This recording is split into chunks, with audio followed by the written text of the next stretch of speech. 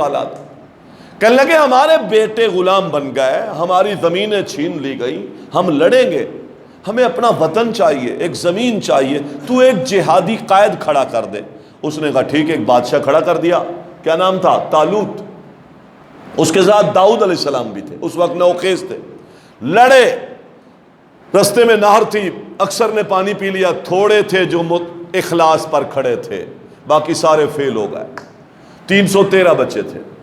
انہوں نے جالوت کے لشکروں کو توڑا۔ غور کریں، آپ کہتے ہو نا 61 ملکوں کو توڑا، ہیں؟ تو یہ تو ہماری تاریخ ہے، یہ نیا مسئلہ نہیں ہوا۔ 61 ملک ذلیل ہو گئے، ان کی فوجیں ذلیل ہو گئیں۔ تو احزاب کے موقع پر سارے لشکر ذلیل ہو کے گئے کہ نہیں گئے؟ یہ تو ہماری تاریخ ہے۔ جالوت کے لشکر بھی بہت بڑے تھے، ایسے ہی تھے جیسے آج بش جو بیڈین، یہ کیا نام ہے اس خبیث تھا، جو اس کے لشکر تھے، اسی طرح جالوت کے لشکر تھے، لیکن 313 لوگ لڑے۔ اللہ اکبر۔ کم من فئۃ قلیلۃ غلبت فئۃ کثیرۃ باذن اللہ۔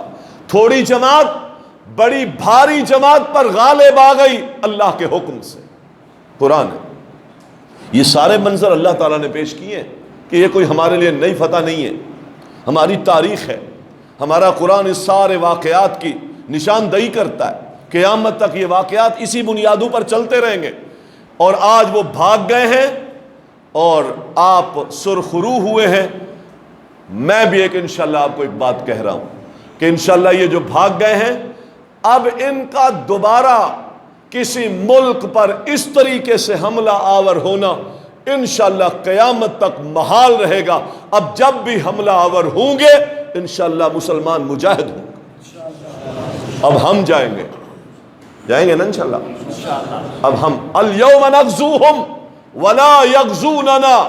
جب احزاب لشکر بھاگ رہے تھے، آندیاں چلی تھی، خیمے اکھڑ گئے تھے، جانور بھاگے تھے، دیگیں چڑی ہوئی الٹ گئی تھی، آندھیوں نے گھیر لیا تھا، آنکھیں چندیا گئی تھی، اللہ کے لشکر اترے تھے جن کو وہ دیکھ نہیں پا رہے تھے۔ اس عالم میں جب بھاگ رہے تھے تو میرے محمد علیہ السلام نے پیچھے سے ان کو کہا تھا الیوم نغزوہم ولا یغزوننا۔ بدبختو، آنے کا تمہارا آخری چانس تھا، اب تم بھاگے ہو، اب تم نہیں آؤ گے حملہ کرنے، اب جب بھی آئیں گے انشاءاللہ ہم آئیں گے۔ اب یہ بھی لشکر بھاگے تو انشاءاللہ اب آپ جائیں گے، انشاءاللہ اب ہم جائیں گے۔ تو یہ تو ہماری تاریخ ہے محترم بھائیوں۔ ایسے حالات میں اپنے ملک کے ساتھ وفاداری کرو۔ یہ زمین محمد علیہ السلام کو اپنے وطن کی زمین بڑی پیاری تھی۔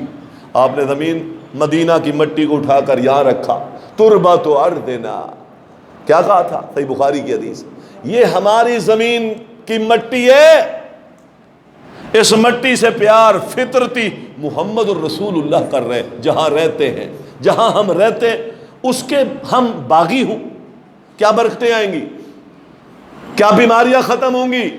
اور اپنے وطن کی مٹی سے بیماریاں ختم ہوتی ہیں، فکرات ختم ہوتے ہیں، پریشانیاں ختم ہوتی ہیں۔ اپنے وطن کی مٹی پر غلامیاں نہیں ہوتی، آزادیاں ہوتی ہیں۔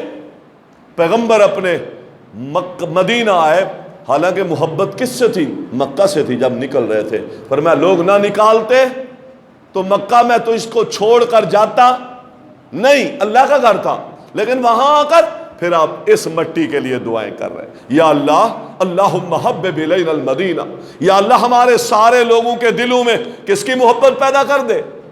فرمایا جس طرح لوگوں کے دلوں میں مکہ کی محبت ہے، وہ محبت مدینہ کی بھی پیدا کر دے، او اکثر من، یا اللہ جتنی مکہ کی دلوں میں محبت ہے اس کے مقابلے میں مدینہ کی محبت زیادہ پیدا کر دے۔